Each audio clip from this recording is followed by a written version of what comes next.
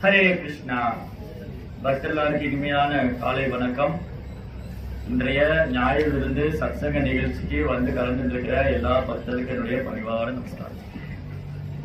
இன்னைக்கு புதிதா யார் வந்திருக்காங்க, அவருக்காக நம்ம ஒரு தடவை பிரார்த்தனை பண்ணுவோம். ஹரே கிருஷ்ணா ஹரே கிருஷ்ணா கிருஷ்ண கிருஷ்ணா ஹரே ஹரே, ஹரே ராம ராம ராம.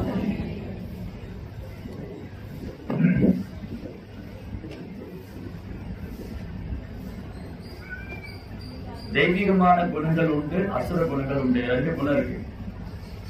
இந்த 2 குணத்துக்கு நடுவில் எப்பவுமே போட்டி நடந்துட்டே இருக்கு. சில நேரம் தெய்வீகமான குணம் ஜெயிக்குது, சில நேரம் அசுர குணம் ஜெயிக்குது. நபர் ஒத்துதான், நம்ம ஒரே ஆள் தான். நமக்குள்ள சில நேரம் தெய்வீகமான குணங்கள் மேலோங்கி வருகின்றன, சில சமயம் அசுர குணங்கள் மேலோங்கி வருகின்றன.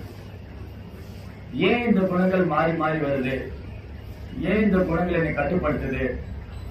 நான் யாரு? என்னை யார் கட்டுப்படுத்துறான்? நான் ஏன் சில நேரம் இந்த மாதிரி நல்ல குணத்துல செயல்படுறேன்? நான் ஏன் சில நேரம் அசுர குணத்துக்கு ஆட்படுறேன்? இந்த அசுர குணத்தை போக்கிக் கொண்டு தெய்வீகமான குணத்தில் நான் எவ்வாறு நிலை பெறுவது? இந்த மாதிரி விஷயங்களை எப்படி நான் உள்வாங்கிக்கிறது? இந்த மாதிரி விஷயங்களை எப்படி நான் நடைமுறையில பயிற்சி பண்றது? அதுக்கு கிடைத்த ஒரு வாய்ப்பு தான் மனித பிறவி. மனித பிறவி எப்பேற்பட்ட ஒரு வாய்ப்பு அப்படின்னா, நம்ம கிட்ட இருக்கக்கூடிய அசுர குணங்களை போக்கிக் கொண்டு தெய்வீகமான குணங்களை வளர்த்துக் கொள்ளலாம். இது படைப்பின் ஆரம்பத்திலிருந்தே இருக்கு. இந்த பிரபஞ்சத்துடைய படைப்புல இருந்து தெய்வீகமான குணம் உள்ளவங்க இருக்காங்க, அசுர குணம் உள்ளவங்க இருக்காங்க. படைப்புடைய ஆரம்பத்திலிருந்தே, பிரபஞ்சம் சிருஷ்டிக்கப்பட்டதிலிருந்தே தெய்வீகமான குணம் உள்ளவங்க இருக்காங்க, அசுர குணம் உள்ளவங்க இருக்காங்க. துவாமிதா புருஷாலோகே தெய்வ அசுரே வச்ச விஷ்ணு பக்த பகே தெய்வ ஆசிரியத்திய. பகவானை ஏற்றுக்கொண்டு பக்தி செய்யறவங்க தெய்வீகமான குணம் உள்ளவங்க. பகவானை ஏற்றுக்கொள்ளாம மனம் போல போக்குல செயல்படுறவங்க அசுரத்தன்மை உள்ளவங்க. இது ஆரம்பத்திலிருந்தே. அப்போ முதல்ல இந்த மனித வாழ்க்கையினுடைய குறிக்கோள் என்ன தெரிஞ்சுட்டோம் அப்படின்னு சொன்னா, அந்த குறிக்கோளை நோக்கி நம்ம நகரும் போது கொஞ்சம் கொஞ்சமா தெய்வீகமான குணம் நமக்குள்ளே வர ஆரம்பிச்சிடும். தெய்வீகமான குணங்களை நான் வளர்த்துக் கொள்ளணும், தனிப்பட்ட விதத்துல முயற்சி பண்ணணும். நான் தெய்வீகமான குணத்தை வளர்த்துக் கொள்ளணும்னு தனிப்பட்ட விதத்துல நம்ம தனியா உட்கார்ந்து அதுக்கு பயிற்சி எடுத்துக்க வேண்டாம். பக்தி செய்யும் போது நம்ம கவனமா பக்தி செஞ்சுட்டு வந்தாலே தெய்வீகமான குணங்களா தானே நமக்குள்ள வர ஆரம்பிச்சு. ஏன்னா இன்னைக்கு காலையில பாக கிளாஸ்ல படிச்சுட்டு இருந்தோம், குணங்கள் தான் நம்ம கட்டுப்படுத்துது, குணங்கள் தான் செய்ய வைக்குது, நம்ம செய்யறோம். குணங்கள் தான் நம்ம செய்ய வைக்குது, குணங்கள் தான் நம்ம கட்டுப்படுத்தி இருக்கு, குணங்கள் தான் நம்ம மேல ஆதிக்கம் செலுத்துது. இது எப்படி நம்ம புரிஞ்சுக்கிறது?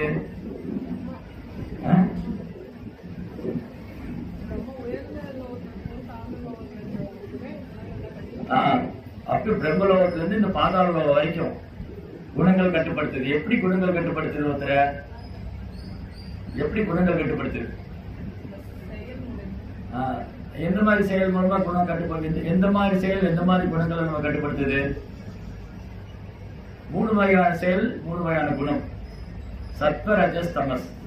சாத்விகமான குணத்தினால செய்யக்கூடிய செயல் அதோட வினை. ரஜ குணத்துல செய்யக்கூடிய செயல் அதோட வினை. தமோ குணத்துல செய்யக்கூடிய செயல் அதோட வினை. நம்ம என்ன குணத்துல செயல்படுறோமோ அந்த குணம் அதற்கான வினை. அதை நம்ம அனுபவித்தே ஆகணும். நான் இந்த குணத்துல செயல்பட்டேன், அதற்கான வினையை அனுபவிக்கிறேன். அப்ப நம்ம எந்த குணம், அப்ப அந்த குணம் நம்ம டாமினேட் பண்ணு. நம்மளை யார் டாமினேட் பண்றோம் அப்படின்னா குணம் தான் நம்ம டாமினேட் பண்ணும். நம்ம மேல யார் ஆதிக்கம் செலுத்துறாங்க? நம்ம மேல ஆதிக்கம் செலுத்துறது ஆத்மா. நாம அப்படிங்கிறது ஆத்மா குறிக்கிறது. நாம் இப்ப நம்ம பேசுறது ஆத்மா. நான்கிறது ஆத்மா குறிக்கிறது. நான் அப்படிங்கிறது ஆத்மா குறிக்கிறது. இந்த நான் அல்லது நான் அப்படிங்கிற ஆத்மா மேல யார் ஆதிக்கம் செலுத்துறாங்கன்னா அந்த குணம் ஆதிக்கம் செலுத்துது. ஆத்மா தூய்மையானவன். ஆத்மா இந்த உடலுக்கு ஆத்மா இருக்கு இல்லையா? இந்த உடல் இருக்கிற ஆத்மா அது மனித உடல் மட்டும் இல்ல, தாவரங்கள், பறவைகள், விலங்கினங்கள், பொருட்கள், பூச்சிங்க, எல்லா ஜீவராசிகள், எல்லா ஜீவராசி உடல் இருக்கிற ஆத்மாவும் தூய்மையானது, நித்தியமானது, அழிவற்றது, ஆன்மீகமானது. இந்த உடல் அழியக்கூடியது நிரந்தரம். அது தாவர உடலா இருந்தாலும் சரி, விலங்கு உடலா இருந்தாலும் சரி, மனித உடலா இருந்தாலும் சரி, நம்ம எந்த உடல் எடுத்துக்கிட்டாலும் அந்த உடல் நிரந்தரம் இல்ல, ஒரு நாள் அழியக்கூடியது, நித்தியம் இல்லாது, அழிவுக்குட்பட்டது. ஆனா இந்த உடலுக்கு ஆத்மா நித்தியமானது. ஆத்மா நித்தியமானது, அப்ப ஏன் இந்த உடல் எடுத்து நிச்சயம் கேள்வி. இந்த ஆத்மா நித்தியமானது அழிவற்றதுன்னா அப்ப ஏன் ஆத்மா இந்த உடலுக்கு வரணும்? ஏன் ஆத்மா வந்து இந்த உடலை செயல்படணும்? அது ஏன் விதவிதமான உடல் எடுத்துக்கணும் அப்படின்னு அடுத்த கேள்வி வரும். ஆத்மா நித்தியமானது அழிவற்றது என்றால் ஆத்மா ஏன் இந்த உடல் எடுத்துக்கொண்டது? ஏன் இந்த உடல் எடுத்து செயல்படுது? எப்படி ஆத்மா இந்த 3 குணத்தினால் கட்டுப்படுத்தப்படுது? காரணம் குணசங்கஸ்ய அசக்தியோடு ஜென்மசு. ஆத்மா தூய்மையானதுதான், ஆத்மா நித்தியமானதுதான், அது பகவானோட சிறிய அம்சம். மமேவாம்சோ ஜீவலோகே ஜீவபூத சனாதன. உயிர்வாழிகள், உயிர்வாழிகளாகிய நாம பகவான் ஸ்ரீ கிருஷ்ணனுடைய ஒரு சிறிய அம்சம், ஸ்மால் பார்ட் அண்ட் பார்ஷல். நித்தியமானவங்க அழிவற்றவங்க. மமேவாம்சோ ஜீவலோகே ஜீவபூத சனாதனம். நித்தியமானது அழிவற்றது. ஏன் இந்த ஆத்மா நித்தியமானது அழிவற்றதுன்னா நம்ம கிருஷ்ணனுடைய அம்சம். ஆனா கிருஷ்ணா நித்தியமானவர் அழிவற்றவர். பகவான் கிருஷ்ணர் நித்தியமானவர் அழிவற்றவர், அதனால நானும் நித்தியமானவர் அழிவற்றவர். அப்ப பகவான்கிட்ட என்னென்ன குணங்கள் இருக்கோ என்கிட்ட இருக்கு. ஏன்னா நான் கிருஷ்ணருடைய சிறிய அம்சம், நான் பகவானுடைய சிறிய அம்சம். நான் பகவானுடைய சிறிய அம்சமா இருக்கிறதுனால பகவான்கிட்ட என்னென்ன குணங்கள் இருக்கோ அது என்கிட்ட இருக்கு. இப்போ கடல் இருக்கு. கடல் நீர் வந்து அதுல சில தன்மைகள் இருக்கு. அதுல உப்பு தன்மை இருக்கு. அதுல சில விதமான அந்த கடல் நீரை எடுத்து ஆராய்ச்சி போட்டு போனா, ஒரு கடல் தண்ணி எடுத்து அதை ஆராய்ச்சி பண்ண அது என்னென்ன இருக்கு அப்படின்னு பார்க்கலாம். இப்போ நான் கடல் தண்ணி எடுத்து ஆராய்ச்சி பண்றதுக்கு ஒரு டம்ளர்ல இருக்கு, ஒரு ஜக்ல இல்ல ஒரு பாட்டில்ல ஒரு 1 லிட்டர் கடல் தண்ணி எடுத்துட்டு போய் நான் லேப்ல வச்சு டெஸ்ட் பண்றேன். இந்த கடல் தண்ணியில என்னெல்லாம் இருக்கு, அது உப்பு தன்மை இருக்கு, இவ்வளவு டென்சிட்டி இருக்கு, இந்த மாதிரி நிறைய விஷயங்களா அதுல இருக்கும்.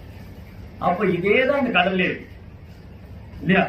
நான் கடல் தண்ணி ஒரு பாட்டில் எடுத்துட்டு போய் அதை ஆய்வுக்கூடத்துல சயின்டிஸ்ட் லெபரேட்டரியில வச்சு நான் வந்து ஆராய்ச்சி பண்ணா, ரிசர்ச் பண்ணா அதுல என்னென்ன தன்மை இருக்குன்னு தெரிஞ்சுக்கலாம். இது ஒரு பார்ட்டிகல் சாம்பிள். அப்ப இதுல இருக்கிறது அவ்வளவு அந்த கடல்ல இருக்கு, ஏன்னா அங்கிருந்து எடுத்துட்டு வந்தது. ஆனா அளவுல வித்தியாசம் இருக்கு. இந்த பாட்டில் இருக்கிறது 1 litre, 2 litre, 10 litre, 100 litre, 1000 litre, எவ்வளவு வேணா சொல்லலாம், 10,000 லிட்டர். ஆனா கடல் எவ்வளவு லிட்டர் இருக்கு? யாரும் சொல்லி இதுவரை கடல் யாரும் சொல்லிருக்காங்க கடல்ல வந்து இவ்வளவு கன அடி நீர் இருக்கு, எவ்வளவு லிட்டர் தண்ணி இருக்குன்னு யாரும் சொல்ல முடியாது. ஏன்னா கடல் வந்து எல்லையற்றது. அதோடைய அளவு வந்து எல்லையற்றது.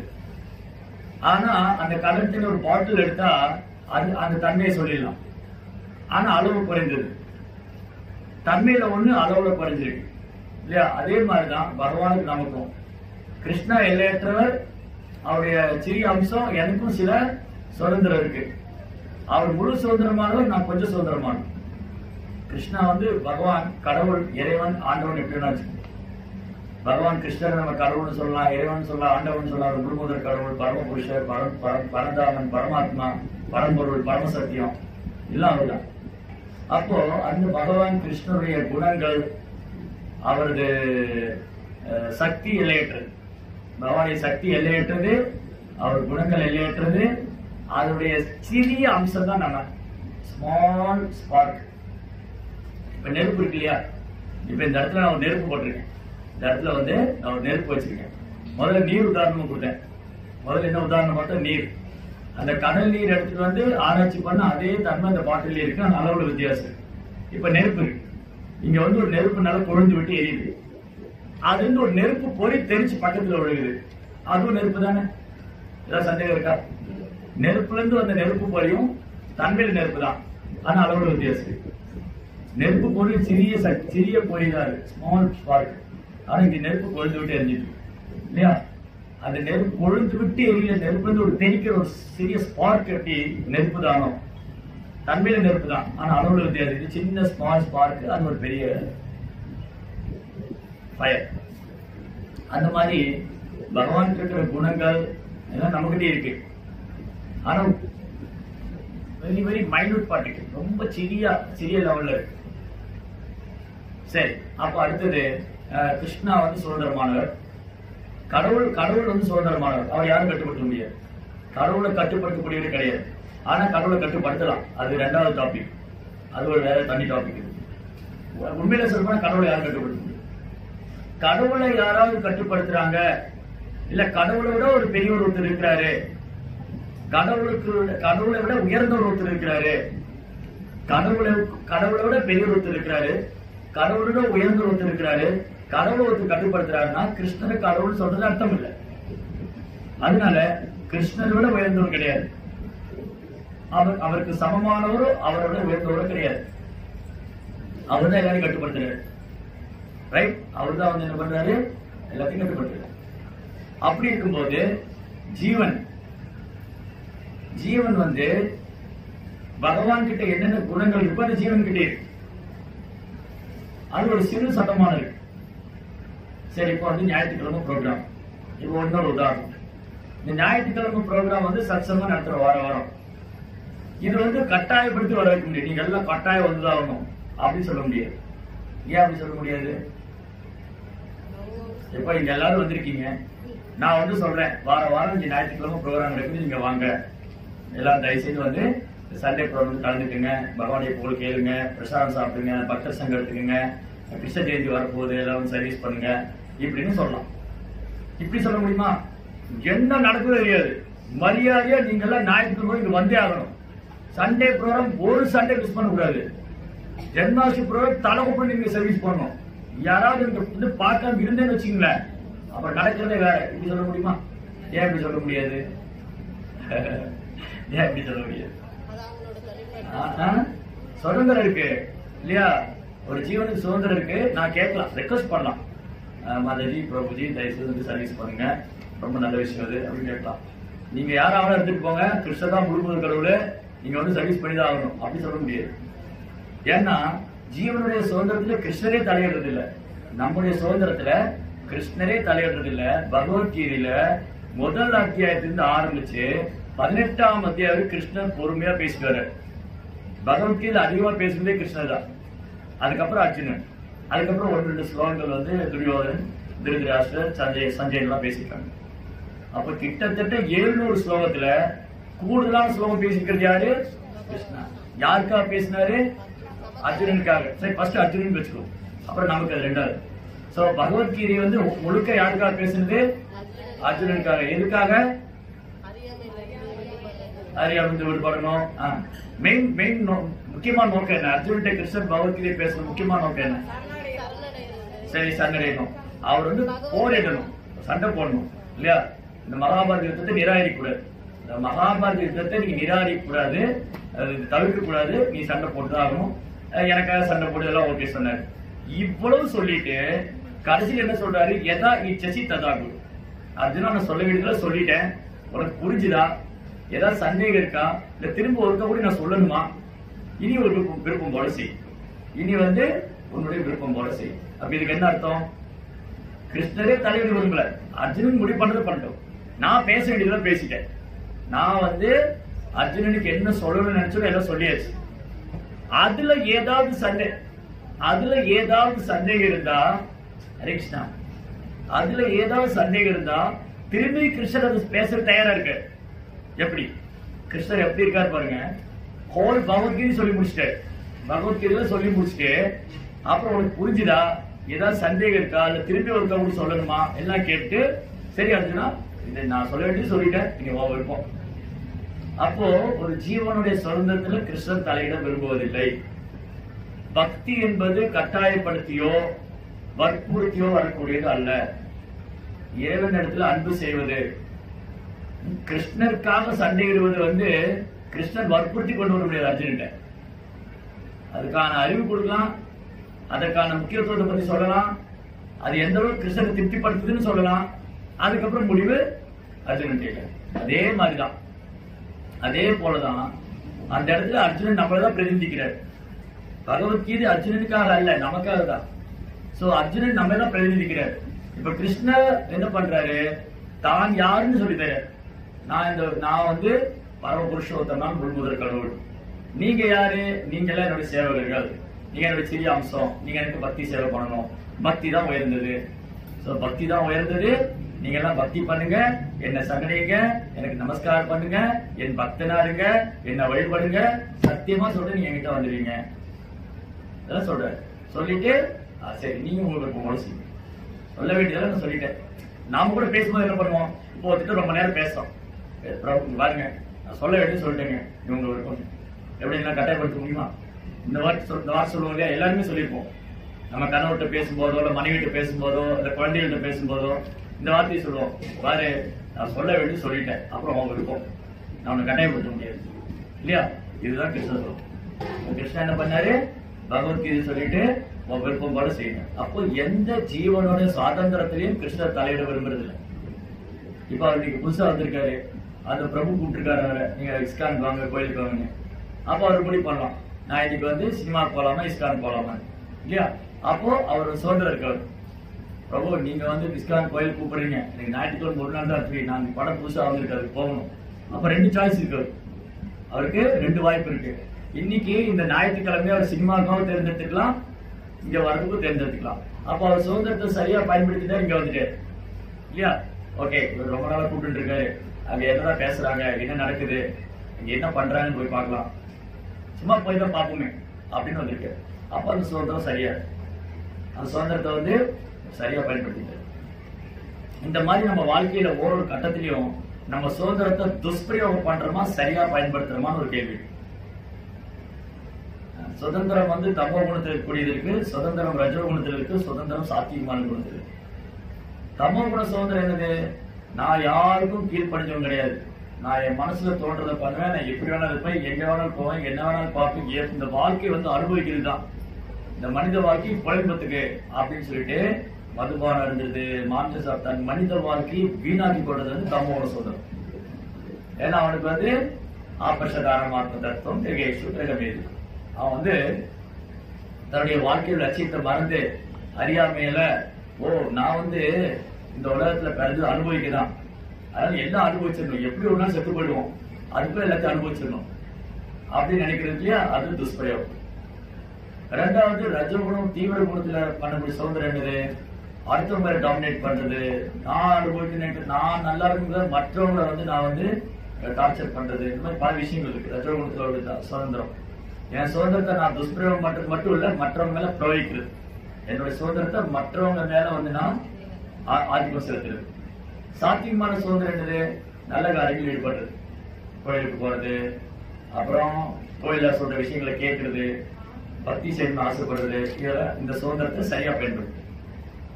இப்ப நம்ம சுதந்திரத்தை எப்படி பயன்படுத்தி போறோம்னு இப்ப பாருங்க, சுதந்திரத்திலே 3 குணம் வந்துச்சா. இப்படிதான் நம்ம அன்றாட வாழ்க்கையில நம்ம செய்யக்கூடிய ஒவ்வொரு செயலும் 3 குணம் தான் நம்ம ஆட்டி வைக்கிறது, 3 குணம் ஆட்டி வைக்கிறது நம்ம ஆடிக்கிட்டு இருக்கோம். இதுதான் உண்மை. யதார்த்தம் என்னன்னா ஜீவாத்மா வந்து 3 குணத்தினாலும் செயல்படுற, ஆனா உண்மையில ஜீவாத்மா 3 குணத்துக்கு உட்பட்டவர் கிடையாது. நமக்கு இந்த குணத்துக்கு நாம இந்த குணத்துல ஆளப்பட வேண்டியவங்க கிடையாது, நம்ம கிருஷ்ணரால் ஆளப்பட வேண்டியவங்க, கிருஷ்ணருக்கு சேவை பண்ணப்பட வேண்டியவங்க. ஆனா இந்த ஜட உடல் எடுத்துக்கிட்டதுனால, நம்ம சுதந்திரத்தை நம்ம துஷ்பிரயோகம் பண்ணி இந்த உலகத்துல வந்ததுனால, இந்த ஜட உலகத்துல வந்த உடனே என்ன ஆயிடுச்சு, நம்மள 3 வகையான குணம் வந்து நம்ம டாமினேட் பண்ணி, காலையில நல்லதான் பேசிட்டு இருப்போம், சாத்தியமான குணம், திடீர்னு ரஜோ குணத்துல போயிடும், திடீர்னு தமோ குணத்துல போயிடும், இப்படி குணங்கள் மாறி மாறி வந்துட்டு. ஏன் காலையில எதிர்த்து நல்லா சர்வீஸ் பண்ணிட்டு இருந்தா, திடீர்னு உங்க அம்மா சொல்றாங்க இவன் என்ன இப்படி பண்றாங்க, உயிரே போகுது, சர்வீஸே வாங்க முடியல, அப்படி ரஜோ குணம் போயிடுச்சு. அப்புறம் தமோ குணம், சோம்பேறித்தனம், தூக்கம், அறியாம, இப்படி இந்த குணங்கள் நம்ம டாமினேட் பண்ணிக்கிட்டே இருக்கு. அந்த குணத்திலிருந்து விடுபடணுங்கிறது தான் பகவத்கீதை.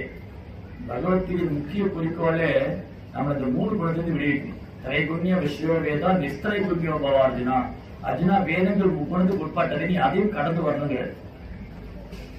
அப்ப இந்த 3 குணத்தை கடக்கிறதுங்கிறது சாதாரண விஷயம் இல்ல, ரொம்ப கஷ்டம். ஏன்னா தினமும் இதோட தான் நம்ம போராடிட்டு இருக்கோம். இன்னைக்கு காலையில அதை பேசிட்டு இருந்த பாகவத்துல, இன்னைக்கு தினமும் போராட்டம் என்னன்னா, மாயை கூட தினமும் காலையில எழுந்திரிச்சிருந்து ராத்திரி தூங்க போறதுக்கு மாயா கூட ஒரே போராட்டம் தான். ஒண்ணு மாயாவா இல்ல நாமளான்னு ஒரே போராட்டம் இருக்கு. நீயா நானாங்கிற போராட்டம், நீயா நானா போராட்டம் கூட மாயை கூட நடக்குது. இந்த மாயா என்ன பண்ணுது, 3 குணத்தை வச்சு நம்மளை ஆட்டி படைக்குது. அப்போ இதை நான் புரிஞ்சுக்கணும். ஃபர்ஸ்ட் ஃபர்ஸ்ட் நம்ம என்ன புரிஞ்சுக்கணும், நான் வந்து செயல்படும் போது எந்த குணத்தில் இருக்கேன், பேசும்போது, சாப்பிடும் போது, தூங்கும் போது, நிற்கும் போது, நடக்கும் போது, பார்க்கும் போது, இதெல்லாம் இந்த 3 குணத்துங்கிற கண்ணாடி போட்டுதான் பார்க்கணும். சிவப்பு கலர் கண்ணாடி, பச்சை கலர் கண்ணாடி, மஞ்சள் கலர் கண்ணாடி. அந்த கண்ணாடி போடும்போது அந்த கலர் தெரியுது. சிவப்பு கலர் கண்ணாடி போட்டா எல்லாம் சிவப்பா தெரியுது, பச்சை கலர் கண்ணாடி போட்டா எல்லாம் பச்சையா தெரியுது, மஞ்சள் கலர் கண்ணாடி போட்டா எல்லாம் மஞ்சளா தெரியுது. அந்த மாதிரிதான் இந்த குணம் நம்மளால அதிகம் சேர்த்து. ரஜோகுணத்தின் பார்வையில் பார்க்கும்போது எல்லாமே தப்பா தெரியுது, தமோ குணத்தின் பார்வையில் பார்க்கும்போது எதுவுமே இங்க தேவையில்லைன்னு தோணுது. சாத்தியமான குணத்துல பார்க்கும்போது இது எப்படி நான் வந்து என்னுடைய ஆன்மீக முன்னேற்றத்தை எடுத்துக்கிறதுன்னு தோணும். இப்படி நம்முடைய எண்ணங்கள், சிந்தனைகள், செயல்கள், உணவு, உறக்கம், உழைப்பு எல்லாமே இந்த 3 குணத்துக்கு அட்லீஸ்ட் குறைந்தபட்சம் ஒரு சாத்திகமான குணத்துக்காக வரணும். ரஜோகுணம் தமோகுணம் அறவே கூடாது, அறவே கூடாது. இந்த ரஜஸ் தமஸ் வந்து ரொம்ப ரொம்ப மோசமான குணம். அதனால குறைந்தபட்சம் ஒரு 10 சாத்திகமான குணத்திலே இருக்கணும். அந்த சாத்திகமான குணமும் கட்டுப்படுத்தக்கூடியதான், அதையும் கடந்து சுத்தமான சாத்தியம் ஒரு நிலைக்கு வரணும். அது எப்ப நடக்கும்னா தூய பக்திங்கிற தளத்துக்கு வரும்போது. அந்த தூய பக்திங்கிற தளத்துக்கு எப்ப வருவோம் அப்படின்னா ஒரு பக்தன் தூய பக்தன் ஆகும். தூய பக்தர் ஆனாதான் தூய பக்திங்கிற தளத்துக்கு வருவோம். அந்த தூய பக்திங்கிற தளத்துக்கு வரும்போதுதான் இந்த 3 குணத்தை கடப்போம். இந்த 3 குணத்தை கடக்கணும்னா நம்முடைய பக்தியில கலப்படமே இருக்கக்கூடாது. மாமியோ அவ்யபிச்சாரேன பக்தி யோகேன ஜஸ்யவே சகுணான் சமதீதை தான் பிரம்ம பூயாயிகள். யாருடைய பக்தி வந்து கலப்படம் இல்லாம இருக்கோ, யாருடைய பக்தியில உள்நோக்கம், எதிர்பார்ப்பு எதுவும் இல்லாம இருக்கோ, அதுதான் கலங்கம் இல்லாத பக்தி. அந்த பக்தியில ஒருத்தர் செயலாற்றும் போதுதான் இந்த 3 குணத்தை கடக்க முடியும். இல்லாட்டி பக்தி சேவை பண்ணும்போது 3 குணத்துக்குள்ள இருக்கும். சில நேரம் என்ன ஆயிடுது, பக்தி சேவையில நம்ம 3 குணத்துல இருக்கிறோம். சேவை பண்ணும்போது, அப்புறம் ஜபம் பண்ணும்போது, சாஸ்திரம் படிக்கும் போது எல்லா விதத்தையும் இந்த 3 குணம் வந்துருக்கு. இம்மீடியட்டா டாமினேட் பண்ணு. இதை நான் வாட்ச் பண்ணிக்கிட்டே இருக்கணும், இதை நான் கண்காணிச்சுட்டே இருக்கணும். நான் இப்ப எந்த குணத்துல இருக்கேன், காலையில் தூங்கி எழுந்திரிச்சு ராத்திரி தூங்க போற வரைக்கும் நம்ம வாட்ச் பண்ணிக்கிட்டே இருக்கணும். நம்மள வேற யாரும் வாட்ச் பண்ண வேண்டாம், நம்மள வேற யாரும் கவனிச்சு சர்டிபிகேட் எல்லாம் தர வேண்டாம். நம்மள நாம வாட்ச் பண்ணணும். இப்ப நான் என்ன குணத்துல இருக்கேன், நான் இப்ப சாத்தியமா இருக்கேனா, கோவப்பட்டு இருக்கேனா, இல்ல சோம்பேறியா இருக்கேனா, இப்ப என் மேல எந்த குணம் ஆதிக்கம் செலுத்திட்டு இருக்கு, இதுல இருந்து எப்படி நான் விடுவிச்சுக்கிறது அப்படின்னு நமக்கு நாமளே பரிசு வைக்கணும். பக்தி பரிசானுபாவ பக்தி அந்நியத்திரச்ச, நமக்கு நாமளே பரிசு பண்ணணும். நான் இப்போ எந்த குணத்தில் இருக்கேன், ஏன் நான் வந்து கோவப்பட்டு பேசுறேன், ஏன் நான் சோம்பேறியா இருக்கேன், ஏன் நான் உற்சாகம் இல்லாம இருக்கேன், இதெல்லாம் நமக்கு நாமளே கேட்கணும். இது ஒரு ஸ்டேஜ். அப்ப கிருஷ்ணன் என்ன சொல்றாரு, நீங்க வந்து எனக்கு பிரியமான பக்தர் ஆகுமா இல்லையா? இப்போ எல்லா துறையிலுமே இப்போ ஆன்மீக ஒரு பக்கம் இருக்கட்டும், ஆன்மீக ஒரு பக்கம் இருக்கட்டும். ஒரு ஸ்டூடெண்ட், ஒரு மாணவன்னா அந்த ஸ்கூல்ல எல்லாருக்கும் பிடிச்ச மாணவன் ஆகும். தலைமை ஆசிரியருக்கு, ஆசிரியர்களுக்கு, அந்த பையனா ரொம்ப நல்ல பையனாச்சே, அவன் ஸ்கூல்ல ரொம்ப நல்லா இருப்பான், மற்ற பசங்கிட்ட எப்படி நடந்துக்குவான், டீச்சர்கிட்ட எப்படி நடந்துக்குவான். இது ஒரு பௌதிகமா, சாதாரணமான ஒரு பௌதிகமான விஷயத்தில் பார்க்கும்போது அந்த ஒரு ஸ்கூல்ல படிக்கிற ஸ்டூடெண்ட் வந்து அந்த டீச்சருக்கு பிரியமானவங்களா இருக்கணும், பிரியமானவங்க நடந்துக்கணும். இல்லாட்டி ஐயோ அந்த பையனா ஏன்டா அந்த ஸ்கூல்ல சேர்த்தோன்னு இருக்கு, ஏன்னா இவனால மற்றவங்க பெரிய தலைவலி அப்படின்னு ஆயிடக்கூடாது இல்லையா? அவங்க பேரண்ட் மீட்டிங் போடுவாங்க, உங்க பையன் அதை பண்ணா, உங்க பையன் இதை பண்ணா இல்லையா? பேரண்ட் மீட்டிங்ல வந்து அது கம்ப்ளைண்ட் பண்ணுவாங்க. அதே சமயம் இந்த பையன் நல்லபடியா என்ன சொல்லுவாங்க பேரண்ட் மீட்டிங்ல, உங்க பையன் ரொம்ப நல்ல பசங்க, என்ன கொஞ்சம் படிப்புல கவனம் செலுத்தினா போதும், மற்றபடி கேரக்டர்லாம் வெரி குட், ரொம்ப நல்ல பையன், யார்ட்டையும் அனாவசியமா இது பண்றது இல்ல, டீச்சர்ஸ் எல்லாம் ரொம்ப மரியாதை நடந்துக்கிறாரு, ஸ்கூல்ல நல்லா கண்ணியமா இருக்காரு, படிப்புல கொஞ்சம் மார்க் கம்மியா இருக்கா, கொஞ்சம் கவனம் செலுத்துறாங்க இல்லையா? இந்த மாதிரி ஒரு ஸ்டூடெண்ட் இன்னொருத்தர் இடத்துல வேலை பார்க்கிறாரு. வேலை பார்க்குற இடத்துல என்ன பண்ணுவோம், அங்க இருக்கிற எஜமானன், அங்க இருக்கிற சக ஊழியர்கள், கூட வேலை செய்யறவங்க, உயர் அதிகாரிங்க, அதுக்கப்புறம் அவருடைய பாஸ், அந்த முதலாளி, அவருக்கு நல்ல பேர் வாங்கணும்.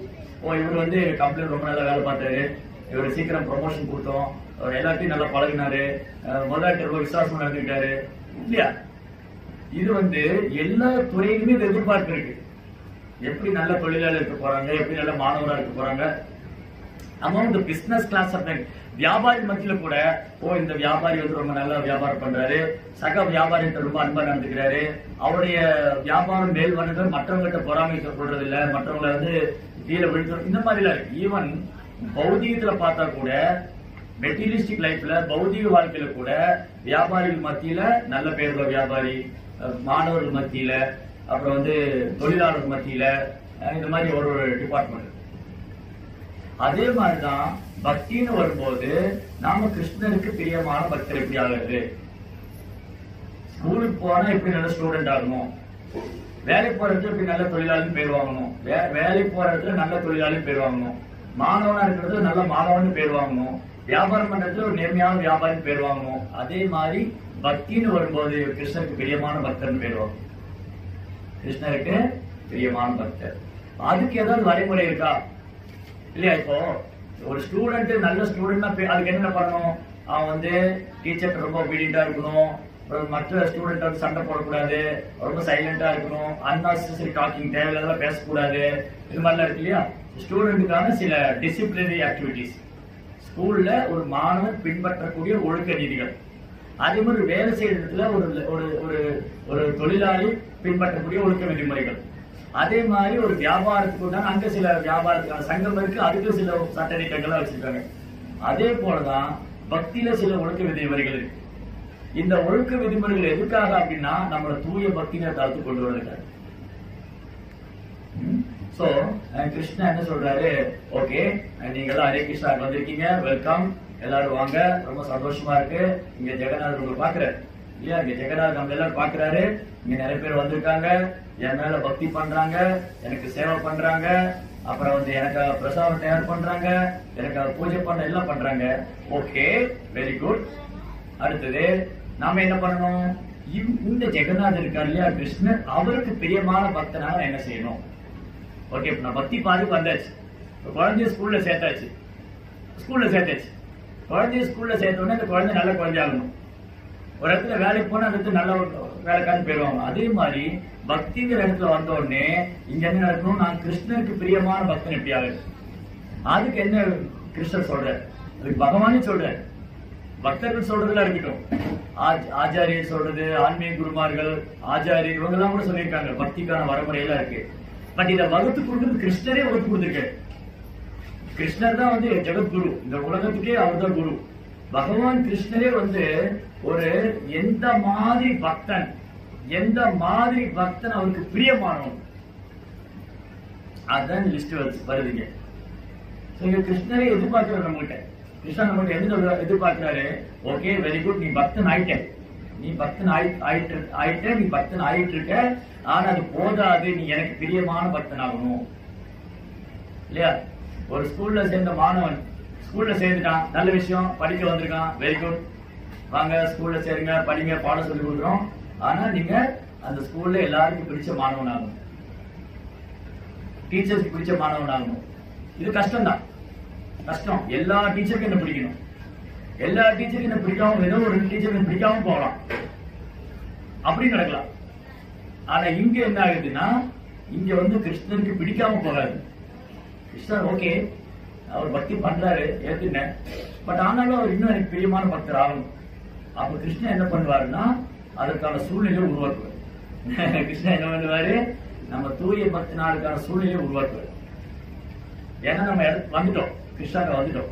இப்போ பையன் ஒழுக்கம் இல்லாம இருக்கான், அவனை ஸ்கூல்ல சேர்த்திட்டோம். டீச்சரோட வேலை என்னது? அவன் ஒழுக்கமான பையன் ஆக்குறதா. ஹெட் மாஸ்டரோட வேலை என்னது? அவன் ஒழுக்கமா இருக்கான்னு பார்த்து அவனை நல்ல நிலை கொண்டு வரணும். அதேதான் எங்க குரு இருக்காரு, கிருஷ்ணர் இருக்காரு. குரு என்ன பண்றாரு? நமக்கு பயிற்சி கொடுக்கிறாரு, எப்படி பக்தியை பயிற்சி பண்ணணும். கிருஷ்ணர் என்ன வரைமுறை கொடுத்திருக்காரு? எந்த மாதிரி பக்தர்களுக்கு பிரியமானவர். அப்ப இந்த குணங்கள், இந்த பக்தனுக்கான குணங்களை நாம் வளர்த்துக் கொள்ள வேண்டும். இந்த குணங்கள்ல ஒரு சிலர் நம்மகிட்ட இருக்கலாம், இல்லாமல் இருக்கலாம், ஒண்ணுமே இல்லாமல் இருக்கலாம், இல்ல சிறு சதமான இருக்கலாம். இப்ப அது பிரச்சனை இல்லை. இப்ப வந்து ஒரு பிள்ளை இருந்தா தான் கிருஷ்ணன் பிடிக்குமா அப்படி எடுத்துக்கூடாது. ஓகே, கிருஷ்ணா வந்து என்கிட்ட இதெல்லாம் எதிர்பார்க்கிறேன். இப்போ கிருஷ்ணா என்கிட்ட என்ன எதிர்பார்க்கறா தெரியும். இப்போ நான் வந்து ஸ்கூலுக்கு போறேன், எந்த ஹெட் மாஸ்டர் என்ன எதிர்பார்க்கிறாரு? ஆனா இந்த ஸ்கூல் வந்து ஸ்டேட் ஃபர்ஸ்ட் வரணும், டிஸ்ட்ரிக்ட் ஃபர்ஸ்ட் வரணும், ஒழுங்கா படிச்சு நல்ல மார்க் வாங்கிட்டு உங்க போட்டோ நான் பேப்பர்ல போடுவேன் இல்லையா? அதே மாதிரி ஒரு வேலை போற இடத்துல ஓனர் சொல்லுவாரு, எனக்கு இதெல்லாம் தேவை, நீங்க இப்படி எல்லாம் வேலை பண்ணா உங்களை எல்லாம் கவனிச்சுட்டு போறேன், உங்களை வந்து இன்னும் நல்ல ப்ரமோஷனா கொடுத்து உங்களை ரொம்ப கம்பெனியில உயர்ந்த இடத்துல கொண்டு வைப்பேன் சொல்லுவாங்க. அப்புறம் சொல்லுவாங்க, நீங்க எனக்காக இதை பண்ணுங்க, அதை பண்ணுங்க, நீங்க சின்சியரா ஒர்க் பண்ணுங்க, கடினமா உழைங்க, நீங்க வந்து கம்பெனிக்காக உழைச்சீங்கன்னா நான் உங்களை வந்து இந்த இடத்துல கொண்டு வைப்பேன், உங்களுக்கு இந்த இன்கிரிமெண்ட் தருவேன், அது தருவேன், இது தருவேன் எல்லாம் ஓனர் சொல்றாரு இல்லையா. பட் இதெல்லாம் பௌதிகமானதான். பட் கிருஷ்ணா கிட்ட வரும்போது இங்க ஆன்மீகத்தோட சிறப்பு என்னன்னா, கிருஷ்ணா நமக்கு வந்து பக்தி தொண்டு கொடுத்தது மட்டும் இல்ல, அதுக்கான பக்தி தொண்டை பயிற்சி பண்றதுக்கான அட்மாஸ்பியர் சூழ்நிலை ஏற்படுத்தி கொடுத்திருக்காரு. ஆன்மீக குரு அமைச்சு வைக்கிறாரு, பிரபுபாதர் ஆச்சாரியர் இருக்காரு, அவருடைய புத்தகங்கள் இருக்கு. எல்லாத்துக்கும் மேல இங்க பகவான் கிருஷ்ணரே சொல்றாரு எந்த மாதிரி பக்தன் அவருக்கு பிரியமா. இப்போ நம்மளோட வேலை என்னது, இதை ஆராய்ச்சி பண்ணணும். ஓகே, நான் இஸ்கானுக்கு வந்துட்டேன், திலக் போட்டுட்டேன், நாம ஜெபம் பண்றேன், சேவை பண்றேன், இப்போ நான் கிருஷ்ணருக்கு பிரியமான பக்தன் ஆயிட்டேனா? இந்த கேள்விய நான் உட்பட நாம எல்லாரும் நமக்குள்ள கேட்கணும். நமக்குள்ள கேட்கிற முதல் கேள்வி என்னன்னா, நான் வந்து இப்போ கிருஷ்ணருக்கு பிரியமான பக்தர் ஆயிட்டேனா? இப்ப அப்கோர்ஸ் இப்ப வந்து நம் சேவையை பகவான் ஏத்துக்குவார். ஏன்னா குருவோடைய பிரதிநிதி, குரு வந்து பகவானுடைய பிரதிநிதியா இருக்காரு. அந்த குருவோடைய வழிகாட்டல் பக்தி சேவை, நம்ம பக்தி சேவை பகவான் ஏத்துக்கிறார். அது எந்த அளவுக்கு சந்தேகம் கிடையாது. நம்ம வந்து இங்க பகவான் மேல, பகவான் இடத்துல ஒரு ஜீவாத்மா சிறு சதமானம் தன் அன்பை வெளிப்படுத்தினா பகவான் அந்த ஜீவன் இடத்துல 100% அன்பை வெளிப்படுத்துவார். அந்த பக்தன் அன்போடு செய்யக்கூடிய சேவையை அவர் ஏத்துக்குவார். இதெல்லாம் இருக்கு. இதுக்கு மேல ஒண்ணு என்ன எதிர்பார்க்கிறார் கிருஷ்ணன் அப்படின்னா, இது கூட இருந்தா நல்லா இருக்குமே, இதெல்லாம் கரெக்ட் தான், நம்ம கூட பேசுவோம், எல்லாம் சரிதாங்க, அவர் நல்ல பக்தர் தான், ஆனா இது கூட இருந்தா கொஞ்சம் நல்லா இருக்கு இல்லையா. எப்படின்னா ஒரு நல்ல பக்தர் தான், நல்லா சேவை பண்றாரு, நாம ஜெபம் பண்றாரு, எல்லாம் வர்றாரு, ஆனா இந்த குறைகள்லாம் இருக்கு அவர்கிட்ட, அதை சரி பண்ணிக்கிட்டாருன்னா இன்னும் நல்லா இருக்கும். சில பேர் நாமளே எதிர்பார்ப்போம்ல, நல்ல பக்தர் தான், ஏன் இப்படி இருக்காங்க? அப்ப கிருஷ்ணன் பார்த்து தான் இருக்காரு. அப்ப கிருஷ்ணர் என்ன பாக்குறாரு, அவர் என்ன விரும்புறாரு, அதுல இந்த ஸ்லோகம். சோ கிருஷ்ணர் ஒரு பக்தனை எப்படி பாக்குறாரு, அந்த பக்தனை தன் சேவகனா ஏத்துக்கிறாரு. ஆனா அந்த சேவகனை வந்து இன்னும் மோல்டு பண்ணணும். அந்த சேவகனை என்னெல்லாம் மோல்டு பண்ணி, இவன் இந்த பூமியில எனக்கு சேவை பண்ணது போதும், என்கிட்ட வரணும் அப்படின்னு கிருஷ்ணர் விரும்புவார். இப்ப நம்ம எல்லாரும் பகவானை பிரிச்சு இந்த பூமிக்கு வந்துட்டோம். பகவானுக்கு பிரிஞ்சதுனால இங்க வந்து கஷ்டப்பட்டு இருக்கோம். இந்த உடல் எடுத்துக்கிட்டு, நம்ம முன்பே பேசின மாதிரி இந்த உடல் எடுத்துட்டு 3 குணத்தினால கஷ்டப்பட்டு இருக்கோம் இல்லையா. இயற்கையினால தொல்லை, மற்ற ஜீவராசியால தொல்லை, உடம்பால தொல்லை, மனதால பிரச்சனை, எல்லாத்தையும் அனுபவிச்சிருக்கோம். இப்ப என்ன தோணுது, போதுண்டா சாமி, கிருஷ்ணாட்ட போனா போதும் அப்படின்னு தோணுது. இந்த ஜட உலகத்துல வந்து வீழ்ந்து இந்த 3 குணம் போட்டு நம்மளை வாட்டி எடுக்கும் போது கிருஷ்ணர்கிட்ட போனா போதும் தோணுது. அப்ப போனா போதும் தோணுதுன்னா, இந்த தூய பக்தங்கிற நிலைக்கு வராம கிருஷ்ணருக்கு பிரியமான பக்தன் இடத்துக்கு வராம எப்படி நம்ம போகணும்? இதுல ஏதோ ஒரு பிரச்சனையை நம்ம கூட வச்சுட்டு இருந்தோம்னா, கிருஷ்ணா வந்து அதை நாம் சரி செய்வது வரைக்கும் வெயிட் பண்ணிட்டு இருப்பாரு. கிருஷ்ணருக்கு கூப்பிட்டு காசுதான். நம்ம எல்லாரையுமே, நம்மளை மட்டும் இல்ல, இங்க இருக்கிற எல்லா ஜீவஜாலங்களையும் எல்லா ஜீவராசிகளையும் பகவான் தன்னுடைய ஆன்மீக உலகத்துக்கு அழைச்சிட்டு போத விரும்புறார். இதுதான் விருப்பம். அந்த விருப்பத்தை நிறைவேற்றுவதற்காகத்தான் இந்த பூமியில் அவதரிக்கிறார். அந்த விருப்பத்தை நிறைவேற்றுவதற்காகத்தான் ஒரு ஆச்சாரியர் அமைச்சு வைக்கிறார். அந்த விருப்பத்தை நிறைவேற்றுவதற்காக தான் பல்வேறு லீலைகளை செய்யறார். நம்ம கிருஷ்ணருக்கு விருப்பம் இல்லாம இல்ல நம்மளை திரும்ப கூப்பிட்டுக்கணும்னு. நம்மளை விட பன்மடங்கு விருப்பம் ஆர்வம் பகவான் கிட்ட இருக்கு. அதனாலதான் யாருமே இந்த தேவர்கள் கூட இந்த பூமிக்கு வரணும்னு ஆசைப்பட மாட்டாங்க. பகவான் வர காரணமற்ற கருணையினால். அதனால பகவான் உண்மையை ஒன்றுதான் நம்மகிட்ட எதிர்பார்க்கிறாரு, அவருக்கு பிரியமான பக்தர் ஆயிடணும். அவருக்கு பிரியமான பக்தர் ஆயிடணும். அதுதான் நம்முடைய கோல், நம்முடைய லட்சியம். இந்த கிருஷ்ண பக்தியில ஒரு பக்தனுடைய லட்சியம் என்னவா இருக்குன்னா, நான் கிருஷ்ணருக்கு பிரியமான பக்தன் ஆகணும், ஆன்மீக குருக்கு பிரியமான பக்தன் ஆயிடணும், ஆன்மீக குருக்கு பிரியமான சீடர் ஆயிடணும், கிருஷ்ணருக்கு பிரியமான பக்தன் ஆயிடணும். இதுதான் நம்முடைய கோல், நம்ம லட்சியம் தான். அப்ப அதுக்கு சில விஷயங்கள் நம்ம வந்து நம்மளை சேஞ்ச் பண்ண வேண்டியது இருக்கு, நம்மளை மாற்றிக்கொள்ள வேண்டியது இருக்கு. அந்த இடத்துக்கு போகணும்னா சில சில சில விஷயங்களை கொடுக்க வேண்டியிருக்கும் இல்லையா. இப்ப அரசாங்கத்துல ஒரு வேலைக்கு போனா அதுக்கு லஞ்சம் கொடுக்க வேண்டியது இருக்கு. அது மாதிரி ஸ்கூல்ல வந்து நல்ல மார்க் வாங்கினா அது கடினமா படிக்க வேண்டியது இருக்கு. தொழிலாளி வந்து ஒரு நல்ல உழைச்சாதான் அந்த தொழில முன்னேற்றம் அடைய முடியும். ஒரு வியாபாரி கடும் முயற்சி பண்ணாலும் அந்த வியாபாரத்துல ஒரு முன்னேற்றம். அதே போலதான் பக்தியில நம்ம கூடுதல் எஃபர்ட் போடணும். இந்த எஃபர்ட் எங்க போறோம்னா முதல்ல நம்ம கேரக்டர்ல இருக்க எஃபர்ட். இந்த குணங்கள் தான் என்ன பக்தியில மேல போகலாம தடை பண்ணிட்டு இருக்கு. அப்ப நமக்கு தடை வேற யாரும் இல்ல. நான் கிருஷ்ண பக்தியில முன்னேற்றம் அடையல, எனக்கு கிருஷ்ணநாமத்துல ருச்சி வரல, எனக்கு கிருஷ்ண மேல அன்பு அதிகரிக்க மாட்டேங்குது, எனக்கு சில நேரம் இந்த மற்ற பக்தி வந்து ஒரு வரட்டுத்தனமா இருக்கு, இல்ல பக்தியில எனக்கு வந்து உற்சாகம் இல்லை அப்படின்னா நாம தான் முட்டுக்கட்டையா இருக்குமே தவிர நம் குணங்கள் தான் நம்ம ஆதிக்கம் செலுத்த தவிர வேற யாரும் கிடையாது. அப்போ நான் கிருஷ்ணருக்கு பிரியமான பக்தனாகனா முதல்ல நண்பர்களையும் எதிரிகளையும் சமமாக பாவிக்க வேண்டும். ஒரு பக்தனுக்கு நண்பனும் எதிரியும் கிடையாது. இப்போ ஒரு விஷயம் நான் உங்களுக்கு புரியுற மாதிரி சொல்றேன்.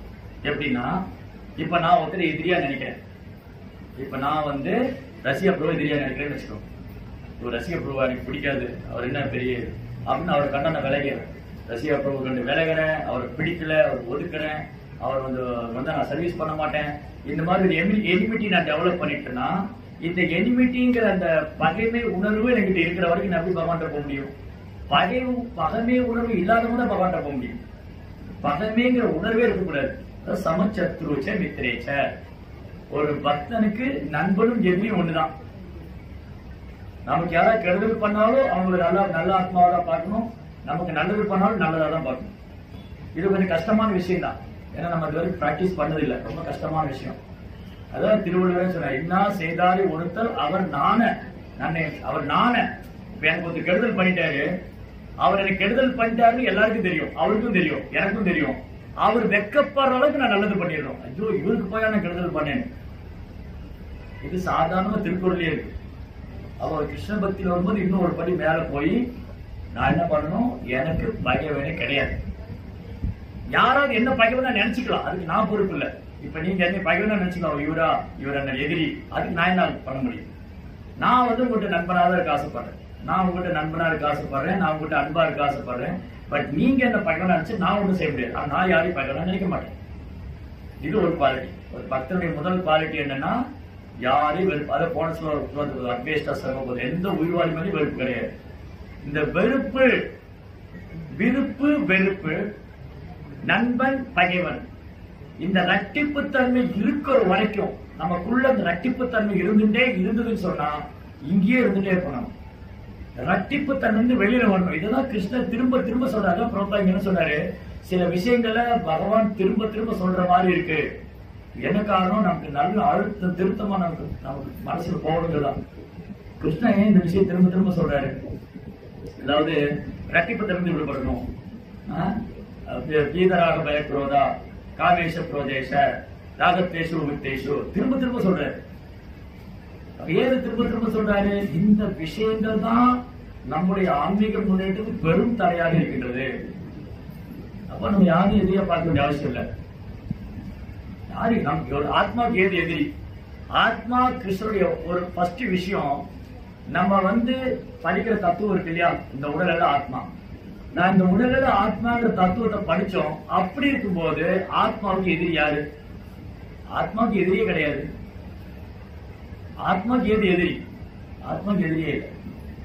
அப்ப ஏன் நான் எதிரியா நினைக்கிறேன்? உடல் சார்ந்த விஷயங்கள். எப்ப நான் உடல் சார்ந்த விஷயத்துக்குள்ள வந்துடணும், அப்ப நண்பன் எதிரி. இவர் எனக்கு பிடிக்கும், அவரை பிடிக்காது, இது வேணும், இது வேண்டாம், இதெல்லாம் உடல் சார்ந்த கருத்துக்கள். இதுல இருந்து வெளியில வரணும். சமச்சத்ருச்ச மித்ரேச்ச. ஒரு பக்தனுக்கு நண்பனோ எதிரோ இருக்கக்கூடாது. ததா மானவமானம் கூடாது. என்ன மானவமானம்? நான் உன்னை அவமானப்படுத்திட்டேன். என்ன அவமானம்? நீ யாரு முதல்ல? என்ன அவமானப்படுத்திட்டீங்க? நீங்க என்ன அவமானப்படுத்திட்டாங்க? நீ யாரு முதல்ல? நீ ஏன் உடம்புல ஆத்மா.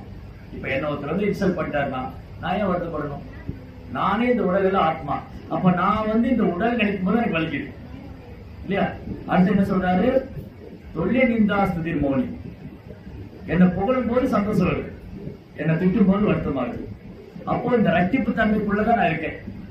இந்த ரட்டிப்பு தன்மைக்குள்ள நான் இருக்கிறதுனால என்ன புகழ்ந்தா சந்தோஷம், இகழ்ந்தா வருத்தம்.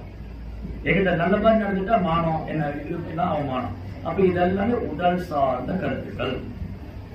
நம்ம படிக்கிறோம். நம்ம ஏற்கனவே பல வகுப்புகள்ல பேசுறோம், படிக்கிறோம். இந்த உடல் எல்லாம் ஆத்மா, நான் நித்தியமான நலிவற்றவன், ஆன்மீகமான கிருஷ்ணருடைய சேவகன், இதெல்லாம் வந்து பிராக்டிக்கல் அப்ளிகேஷன் வரும்போது பிரச்சனை. இதெல்லாம் படிக்கிறோம். நடைமுறை பயிற்சின்னு வரும்போது நம்ம மறந்துடும். ஏன் மறக்கிறோம்? இந்த குணத்தோட ஆதிக்கம். இந்த குணம் வந்து நம்ம ஆதிக்கப்படுத்தி அதை மறக்கடிச்சு. இதுதான் பாயிண்டிங்க. அப்போ முதல்ல வந்து ஒரு பக்தனுக்கு நண்பனும் எதிரியும் கிடையாது. அவர் எல்லோருக்கும் சமமானவர். சமச்சத்ருச்ச சம ஈக்குவல். சமச்சத்ருச்ச மித்ரேச்ச. அவர் நண்பன் பையன் 2 பேருக்கு ஒண்ணுதான். அவரு ததா மானவ, அவர் மானவமானம் கிடையாது. அவர் நீங்க என்ன பேசினாலும் சரி, என்ன சொல்றீங்க, நானுக்கு உடல் கிடையாது, ஆத்மா, நீங்க என்ன சொல்ற எனக்கு அவ்வளவுதான். ததா மானவ மானையோ சீத உஷ்ண சுக துக்கேஷு. இந்த கோடை குளிரெல்லாம் எப்படி நம்ம பொறுத்துக்கிறோமோ இதுவும் கிருஷ்ணா திரும்ப சொல்றாரு. இந்த சீதோஷ்ண சுக துக்கேஷ கிருஷ்ணா திரும்ப சொல்றாரு. மாத்ரா ஸ்பர்ஷாத்து கௌந்தேய சீதோஷ்ண சுக துக்கதா. இங்கே சொல்றாரு சீதோஷ்ண. எப்படி சீதோஷ்ணத்தினால கிளைமேட் இருக்கு இல்லையா, இந்த இயற்கையினால் வரக்கூடிய சுக துக்கத்தை நம்ம பொறுத்துக்கிறோம். ஐயோ மழையா இருக்கு, இன்னைக்கு கோயிலுக்கு போனா மழை வந்துடும், போயாண்டான்னு இருக்கிறது இல்லை. என்ன மழையா இருந்தாலும் வந்துடும், என்ன மழையா இருந்தாலும் போயிடும். அப்ப மழையை பொறுத்துக்கிட்டோம், வெயில பொறுத்துக்கிட்டோம். அப்ப மழையை பொறுத்துக்கொள்ள எப்படி முடிஞ்சது? நம்மளால மழையை எப்படி பொறுத்துக்க முடிஞ்சது? வெயில் எப்படி பொறுத்துக்க முடிஞ்சது? அந்த மாதிரி ஏன் வாழ்க்கையை கொஞ்சம் பொறுத்துக்க முடியாது? அது கேள்வி வருது இல்லையா? என்னால மழையை பொறுத்துக்க முடிஞ்சது. இந்த மழை என்ன பண்ணிடும்? இந்த மழை வந்து நான் கோயிலுக்கு போக விட்டுருவேனா? நான் போவேன். இந்த வெயில் அடிச்சா நான் வேலை செய்வேன். அப்போ இதை நான் சகித்துக் கொள்கிறேன். இந்த சீத உஷ்ணத்தினால வரக்கூடிய சுக துக்கத்தை நான் பொறுத்துக்கிறேன். அதே மாதிரிதான் வாழ்க்கையில இருக்கும் சுக துக்கம். இதையும் நாம் பொறுத்துக் கொள்ள பழகிக்கொள்ள வேண்டும். அவர் பாருங்க, பகவத்கீதை எவ்வளவு முக்கியமான நம்ம வாழ்க்கைக்கு சம்பந்தமான புத்தகம். பகவத்கீதைங்கிறது ஏதோ ஒரு சமயம் சார்ந்த நூல் அல்ல. பகவத்கீதை நம் வாழ்வியல் முறை. பகவத்கீதை நம் வாழ்வாதாரம். பகவத்கீதை நாம வந்து செதிலா கிருஷ்ண செதுக்கிடுவார். நம்மளுக்கு கிருஷ்ணா வந்து நம்ம செதுக்கி அப்படியே தூய பக்தர்கள் நிலை கொண்டு வந்து பகவத்கீதை நம்ம தொடர்ந்து படிச்சு அதை நடைமுறையில பயிற்சி பண்ணோம்னா, ஒண்ணுத்துக்கு உதவாத துருப்பிடிச்ச பாறையா இருந்த ஒரு நபரை கிருஷ்ணர் செதுக்கி அழகான ஒரு சிற்பமாக்கிறார். கிருஷ்ணா வந்து பெஸ்ட் ஆர்கிடெக்ட், சிறந்த சிற்பி அவர். சரி, அடுத்தது இன்பத்துன்பங்கள் கற்பம் குளிர் புகழ்ச்சி இகழ்ச்சி. சமச்சத்ருச்ச மித்ரேச்ச ததா மானவ மானையோ சீதோஷ்ண ஸ்புதுகேசு சம சங்க விவர்ஜிதா. தேவையில்லாத சங்கத்தை அறவே தவிர்த்தது. தேவையில்லாத சங்கம் என்னது? கிருஷ்ணரை தவிர வேற ஏதாவது பேசுவாங்க. அம்மா தாய் ஆளு விடுங்க, எங்களுக்கு வேற வேலை இருக்கு, நீங்க அதெல்லாம் நீங்க சொல்லாதீங்க. மாறாக நான் சொல்றது நீங்க கேளுங்க. கிருஷ்ணர் இப்படி பண்ணாரு, கிருஷ்ணர் அப்படி பண்ணாரு. ஒண்ணு ஆர்வம் தான் உட்காந்து கேட்பாங்கள ஓடிடுவாங்க. இந்த மாதாஜிக்கு இருந்து அனுபவம் வரும். இந்த பக்கத்து வீட்டுல சும்மா இருக்கிறவங்க வருவாங்க. வந்து மாதாஜி என்ன பண்றீங்க அப்படின்னு சொல்லிட்டு அவங்க புராண கதையை ஆரம்பிப்பாங்க. அப்ப நம்ம என்ன பண்ணுவோம்? உங்க புராணத்தை நிறுத்துங்க, நான் பாகவத புராணம் சொல்றேன் கேளுங்க. அப்போ அவங்க ஆர்வம் உள்ளவங்களா இருந்தா உட்காந்து பாகவதம் கேட்பாங்க. இல்லைன்னா வந்துச்சு போயிடுவாங்க. ஐயோ இந்த அம்மாவை போனா பாகவதம் பேசணும், நான் என் புராணத்தை சொல்லலாம் போனா அந்த மாதிரி கிருஷ்ண புராணத்தை சொல்றோம் இல்லையா? கரெக்டா?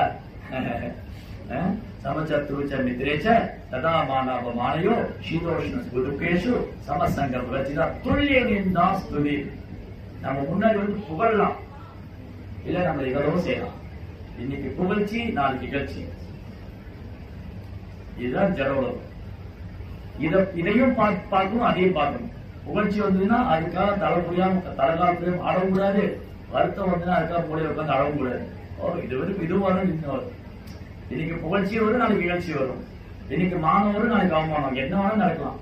கிருஷ்ணன் வந்து எந்த சூழலையும் கொண்டு வைக்கலாம்.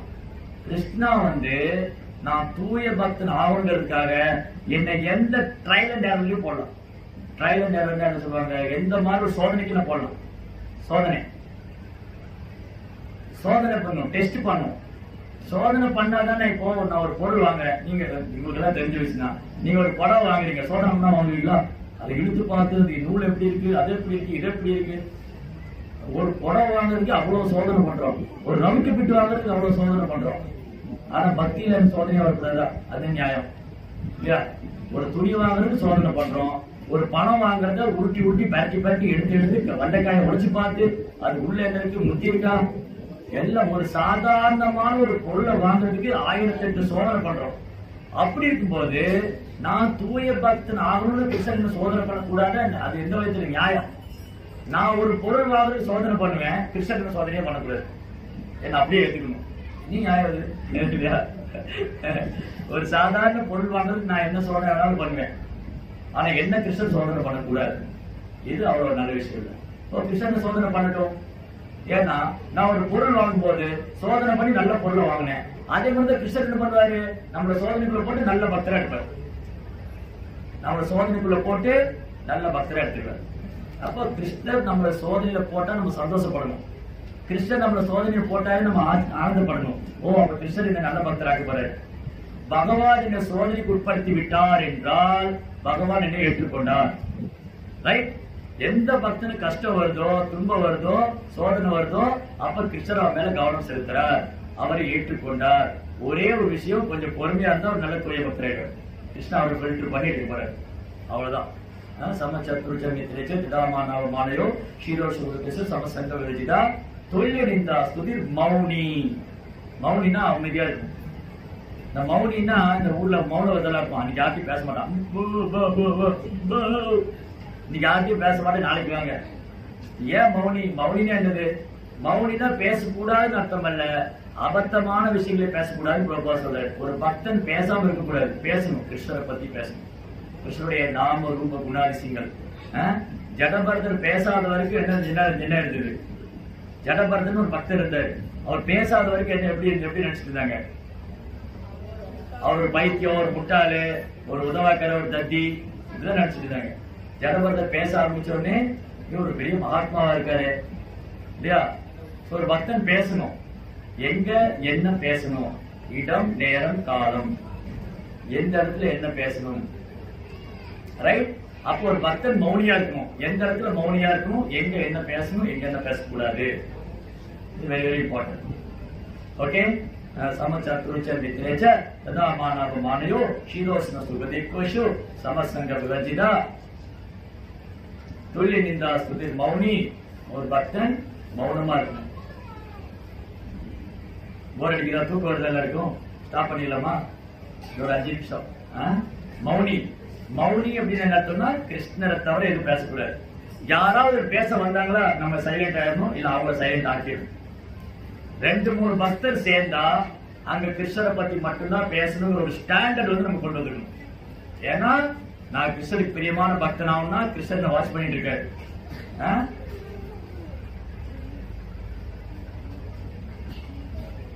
கிருஷ்ணா வந்து என்ன வாட்ச் பண்ணிட்டு இருக்காரு. நான் வேற நினைக்கலாம், இப்ப நான் கோயில் இருக்கேன், நான் ஒண்ணு பேசுறேன்னு நினைக்கிறோம், இவங்களுக்கு தெரியாது நான் பேசுறது, இவங்களுக்கு தெரியாது. நீங்க நினைக்கலாம் நான் வெளியில பேசுறது உங்களுக்கு தெரியாது. சோ இப்படி நம்ம நினைச்சுக்கலாம், கிருஷ்ணாவுக்கு தெரியும் நம்ம என்ன பேசுறோம், என்ன பண்றோம் இல்லையா? அப்போ ஒரு பக்தன் மௌனியா இருக்குன்னு என்ன அர்த்தம்? நான் வந்து பாகவதம் பேசணும், பகவத்கீதா பேசணும், கிருஷ்ணர் சம்பந்தமா பேசணும், மற்றதுல சைலண்ட் ஆயிடும்.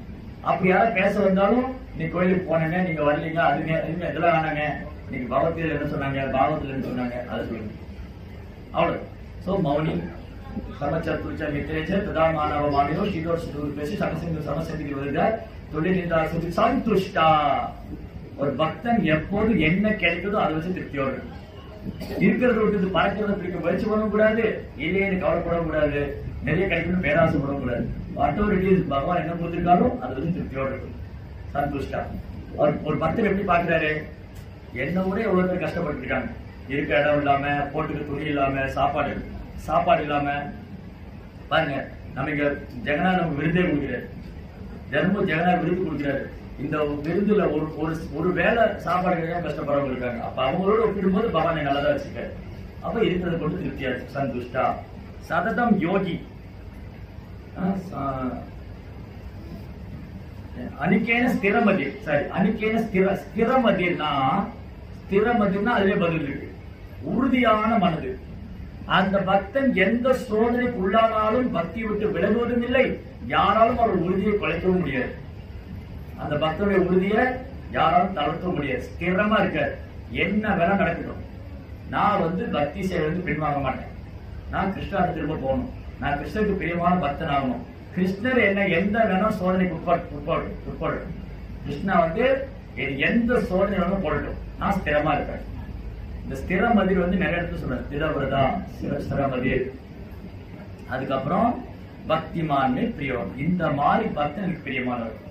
இப்ப தெரிஞ்சு போயிட்டா எந்த மாதிரி பக்தன் கிருஷ்ணருக்கு பிரியமானவர் இங்கெல்லாம் சொல்லியிருக்கு. இப்ப அடுத்தது என்ன பண்ணும்? இதெல்லாம் நம்ம கிட்ட இருக்கா இல்லையா? இது வர்றதுக்கு என்ன பண்ணும்? இதுதான் நம்ம வேலை. நம்ம வேலை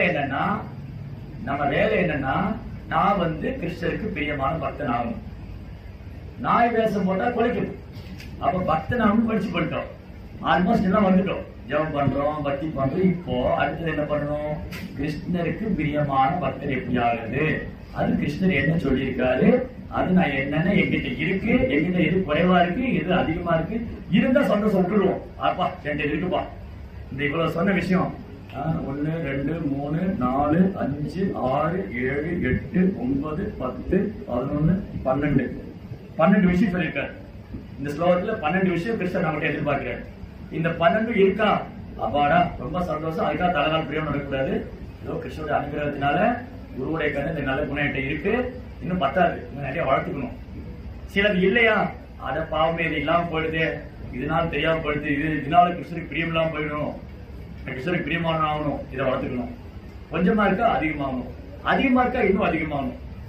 அப்போ ஒரு பக்தன் தெய்வீகமான குணங்களை வளர்த்துக்கிறத நிறைவடையவே கூடாது. இன்னும் அவருக்கு இன்னும் கிருஷ்ணருக்கு பிரியமானவன் ஆகணும் அப்படின்னு நிறைவடையவே கூடாது பக்தி. இதுதான் பிராக்டிக்கல். இப்ப நம்ம வந்து படிச்சதை பிராக்டிக்கலா அப்ளை பண்ணாலும் ரிசல்ட் கிடைக்கும்.